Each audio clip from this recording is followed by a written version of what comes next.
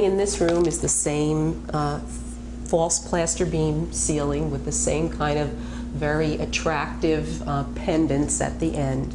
And this room does have the fireplace. It is a plaster fireplace. It is the only plaster fireplace left in the building. We're not sure if it matched the one that had been removed earlier, but that's entirely possible. It would have been similar, although in general every fireplace is slightly different in this house. So even if the other one was plaster, it may have been decorated slightly differently. This one has beautiful relief floral. You thought that was a Tudor rose? I think that's what it's supposed to represent. And there are some carvings also in here. Most of the fireplaces, and we'll point them out in every room, have a tile facade, a tile face, and each one is different. This doesn't, and we're not sure if it was removed. It could have been. Or if it was plain. We kind of think it probably had some kind of facing in it, because this would have been the room where you entertained, and they would have most likely done something very showy. And so to have it plain like this seems a little out of keeping. So there must have been something here that was decorative that, that was removed. The columns in plaster actually imitate the same style that you see in the woodwork. So even though it was molded to match the woodwork. And the other feature of the fireplaces that are interesting is that they all have cast iron boxes, and that's because this house was heated by coal, and so they were coal burning fireplaces, not wood burning fireplaces. As we go out, there's a little button on the woodwork that still remains that would be a call button for you to press to get your lady's maid or gentleman's servant to come and take away whatever you needed them to, or to bring refreshment to your guests. Yeah, this would be an improvement over the bell rope. Yes. So this house had more modern features. We're standing now in the main hallway area of the building. And the most striking thing is the beautiful black walnut woodwork here, which is elegantly carved. In fact, it was this walnut wood that gave the name to the house in Bridgeport, which was called Walnut Wood. And it was repeated by Robert when he copied the design here. This part of the building, I think you mentioned, Jessie, was badly damaged by the fire. In a 1967 fire, this is the area of the house that caught a heavy lot of damage because the fire started in the basement, and the stairs to the basement are under the stairs to the upstairs. And so stairwells often do function as a chimney for fires. And so this central part of the house was damaged quite badly. And the only thing that really saved the house was that the cellar door had been closed. It was a heavy walnut wood door. And Els Van Fleet, the engineer, on his way home that night saw it open and closed it. And that's really what saved the house. So just luck. Well, attention to detail by a borough engineer who liked details. And who did what he was supposed to do, and it saved in the long run. So that was, yeah, so it's amazing that they were able to recover from that and make this look as it did in the original house. Yeah. As far as we know, the walnut paneling is original. It may be that the baseboards are not. And on this wall, the booth here was actually built after the fire. Originally, the entrance to the dining room would have been here, but it would have been a simple open doorway. And what they did after the fire is construct the booth and did a very nice job matching the existing design in the paneling. They copied it pretty closely and stained it close. Most people coming to the building probably casually looking at it wouldn't realize the difference, but this is an add-on and was added after the after the fire. The woodwork is really very beautiful here, and we'll be looking at it in a little bit more detail, and as we later on go up the staircase, which is really fantastic. But here in the newel post, you can see again the four-leafed pattern in the trefoil, the Moorish arch, and then that four-petaled design, which also appeared on the outside of the house. Now on this wall, you can get a really good view of the beautiful paneling with the Moorish arches. You see again the columned woodwork and the beautiful crown molding on the doors, which again have the Moorish arch. This wonderful framed map here is actually a map of very early Somerville. It dates about 1857-58 and was a gift to the borough by Judge Meredith. It's one of a few copies in existence. This one is beautifully framed and shows the extent of development about the time of the Civil War. There are little illustrated insets all along that show many of the buildings in Somerville at that time. Many of them no longer stand. The ones that do are the Old Dutch Parsonage, the Wallace House, and Miller Cornell House, which still stands over in West End. There are some, oh, and the Lindsley House, which is today's funeral home across the street here on West End. The images there actually show the predecessor of this house.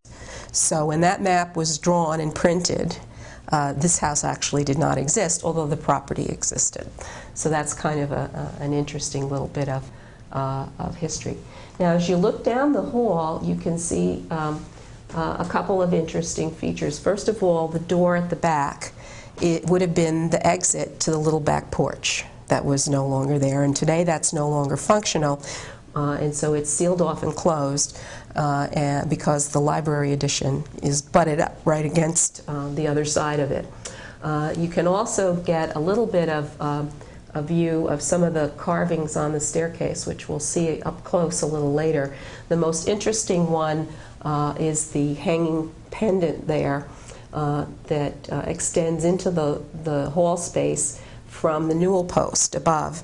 And unfortunately, there's been sort of some endangerment to that architectural feature because some people felt that that was dangerous and they wanted to saw it off. And we were not happy to have them do that. And it's actually very high. It doesn't look that way, I guess, from a distance. But the tallest person that we know is Jim Somerville, and we had him stand under it, and he clears it fine. So we prevailed upon them to not saw it off, and we hope that it will continue to be part of the original features of the house. From this angle, you can really see the really beautiful carvings on the staircase and the incredible detailing. How would they have done that, Jessie? Well, it took a lot of handwork, but actually, by the time these houses came in, they had invented jigsaws, which made it possible to execute intricate woodwork much faster and much more easily. And that was one reason for the popularity of fancy woodwork on Victorian houses. The gingerbreads. The gingerbread is modern technology enabled them to have it, and so this was the latest and best thing to have. But this is a very, very tasteful use of that skill. I mean, they've created those teardrops. It's a fringe, and it repeats all the way around the stairwell, and it just adds a tremendous amount of visual interest to me. And it repeats the pattern in the pendants too, the same style. So we're mostly used to thinking about gingerbread on the outside of the houses, but here's a very fine inside example. And again, It copies the motif in other areas, especially in the banister. And it's all done in hard wood. It's not cheap and easy. Yeah, yeah. As you said before, this area of the house had a lot of changes done to it because of the fire, and efforts were made to restore up until about this part of the house. As we round the corner here, though, some changes were made by the borough, either at the time that they first occupied the house or later after the fires. Around the corner, there's a short hallway that leads to the other back wing of the house, where originally there would have been the kitchen and service areas of the house. Originally, that entrance would not have been there. That would have been a solid wall, and what's now the corridor that we'll traverse later to go into the library was actually where a back stair would have been into the servants' part of the house, and that was eliminated at some point, and it's just made into an open passage now. What had been the door to that area is now a closet and is tucked in the corner, and a back entrance was made into what was once the dining room. We're standing in what was originally the one of two entries into the Roberts dining room, and this room is finished in quartered oak, which is the other wood expressed on the first floor.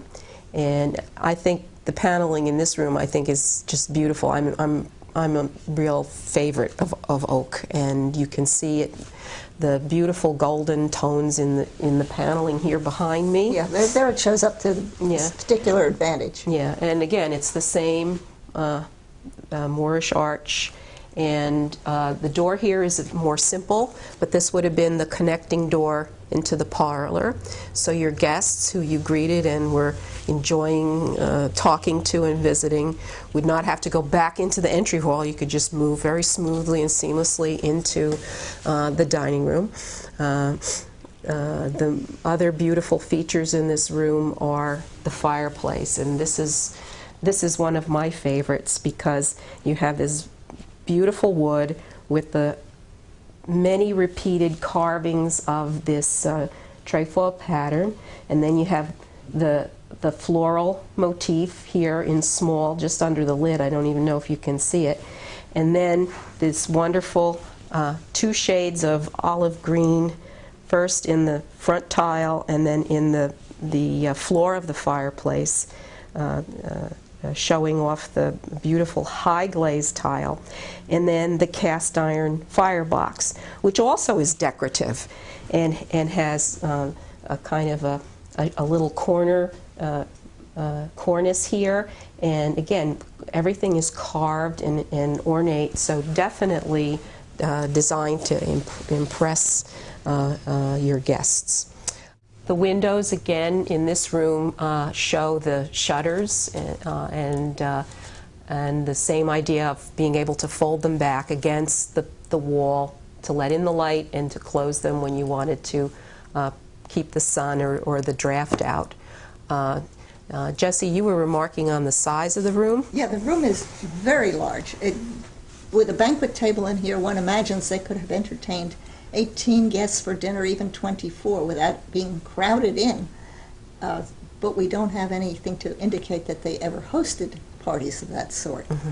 But here it was ample. It was sort of fun to imagine just Daniel and Mrs. Robert all by themselves in this huge dining room having dinner together. The other interesting thing is that apparently there was furniture designed to match this room. That was the case for the original Jackson Davis house. He did design matching furniture with the same motifs for the Bridgeport house, and apparently the Roberts did that too. You can see in the Elks Club today, if you go to the modern building off of Route 28, there's a very beautiful oak credenza that is the match of the woodwork in this room, and that has castellated pattern on the top and the same kind of designs that you see in the woodwork cut into the furniture. So we think that that was part of the original house, and the Elks took it with them when they left. Yeah. There were a couple of other pieces that we know about, one of which stood in the library for many years, a break front display cabinet, but unfortunately that's been lost to us. Probably this room had some fire damage, particularly in the ceiling. In many of the rooms here, the ceilings are dropped, and it does allow modern light fixtures, but it also is a cosmetic thing to hide probably smoke and fire damage from those two disastrous fires. On this wall you can see two paired doors, and those are original, but they don't have their original function anymore. From the blueprint that we have of the original design of the house, we know that this was a closet. Remember I said that the hallway was reconfigured. So this would have been the original closet to the dining room. Maybe they stored things in it. And this would have been the entrance to a butler's or serving pantry. Today, it's still a little service entrance and a little kitchenette for the borough employees. So it kind of is in keeping with the original idea, but of course it's all been modernized. That would have been the entrance into the serving area just before they brought things into the dining room, and then it was cut through into the back of the house, which was the servants' area. And so those are a couple of the changes that were made prior to the time that the borough took over the building, possibly during the Elks era. Probably. Yeah. We're standing in the office of the health officer and health educator in what was once a suite of offices, this being one, and a connecting room next door that was part of the study and library of Daniel Robert, the owner of the house. Both rooms are finished in cherry wood. This room we interpret as having been the study. It has some features that are common to the rest of the house, the woodwork, which you can see framing the windows, and the paneling underneath the windows, which may be a little difficult to see, but it has the same pattern with the Moorish arch that you see in the hallway of the rest of the house. Same wide baseboards, same columns at the base of the woodwork, and one of two corner fireplaces in the building. Remember the little tower at the end of the building near the library entrance? Well, that conceals the flue to this chimney, and a matching corner fireplace upstairs. This fireplace has beautiful wood carvings. You'll see the same patterns in it that we saw throughout the house and in the other fireplace, but they're varied. It's given a little different twist every time. Same thing with the tile. It's the same high glazed, two-tone shaded tile like in the green fireplace in the dining room, but here it's a warm golden color, and it shows off the cherry wood really beautifully. The cast iron firebox is decorative again, but again it's a variant and it's different than the previous one. It has a hood, very beautifully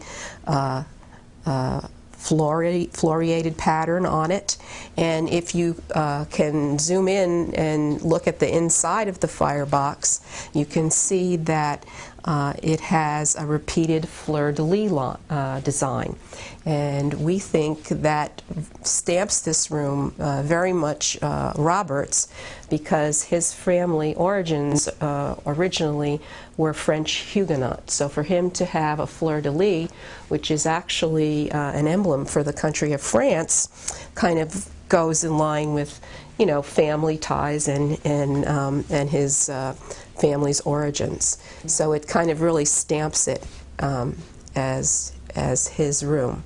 One thing about this fireplace, the hearth has been preserved. In the other room it was not, but you see the tile hearth extends out, and it's with a matching tile. Yeah, yeah, with a contrasting trim. And the floor, Jessie, you had been... I believe it's oak. It's parquetry. Yeah. It looks to me like it's oak. It's not quite as elaborate as the room in the library next door, but it's very handsome. Yes, it's a beautiful parquet pattern. And it may well be that the parquet continued out into the hall, but because of fire damage, the flooring had to be replaced. Yeah. The other interesting feature in this room is that what's now been converted into a bookcase had been a former window. This window would have looked out onto the little back porch that the Elks Club eliminated when they built their wonderful ballroom. And so rather than board it up and remove the woodwork, it was turned into a very serviceable bookcase. The other thing to notice about this room is that even though the woodwork is to our eye fairly elaborate, the framing of the windows is a lot simpler than it was in the two front rooms, which had much more detailed columns and the fancier workings. These are simply squared framing, although they are a little bit more detailed than the woodwork in my house. Yeah. And then in front of us is a door that's blocked off that would have been the connecting door from Robert's office into the library, which is where we're going to go next.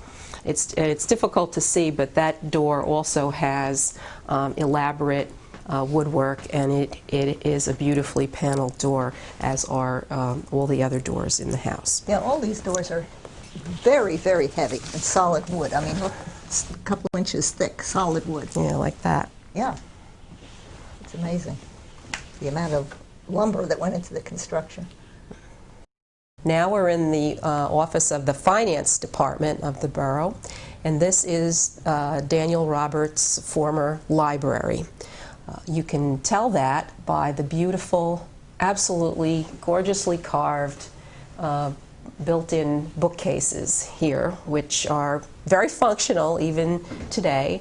Again, the wood is cherry, and we're seeing beautiful repetition of the same patterns that are shown throughout the house. Jessie, why don't you talk about the fireplace since you're closer and can point things out? Well, the fireplace, here we have the olive green tile again, but it's different size and a different variation on that coloring.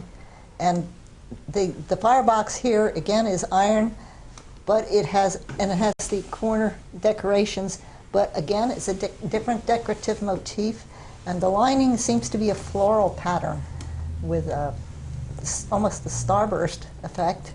And here you have the quatrefoil, a four-leaf pattern here, and underneath you have, again, it's a four-leaf floral. Now it's four, but it's raised rather than recessed, so it's an interesting reversal, contrast. like a reversal of the pattern. It's very beautiful, and the bookcases are particularly stunning. They've got the pattern again with the Moorish arch. Yeah, and the castellated top cornice on them, and it's interesting to notice that they're glass front bookcases. Now, books in those days were a luxury item, so you took very good care of them. You kept them under glass, and you wanted to show them off. So to show off your books was to show your education, your refinement, your wealth. It was a status symbol, to put it politely.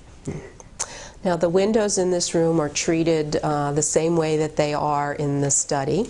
They're framed simply square, and they have the shutters, as do all the windows on the first floor. The really outstanding and unique thing in this room is the beautiful parquet floor. And you can see it most excellently in the corner just in front of the bookcase over here to the left of us.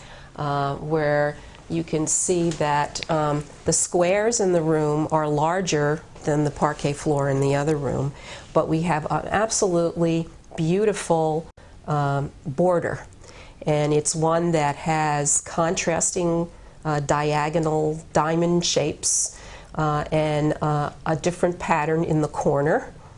It runs all the way around the room. It's echoed in the frame around the fireplace. There's a break in it, but otherwise it's completely around the room. Jessie was commenting just a minute ago that that would be a beautiful complement to a central oriental rug, and apparently Janet Kelk has similar idea, because she's used some oriental type rugs to protect the floor here in several places. So it's definitely in keeping with the room.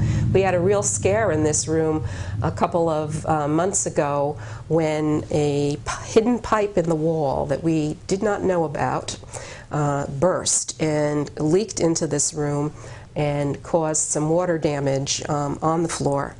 But fortunately, we were able to get it restored, and the floor was repaired and is now salvaged for us to continue to enjoy. Now we're going to be heading up this very special staircase, and you want to tell us some of the unique features of it, Jessie, as we're going up? Stairways were considered an important architectural feature.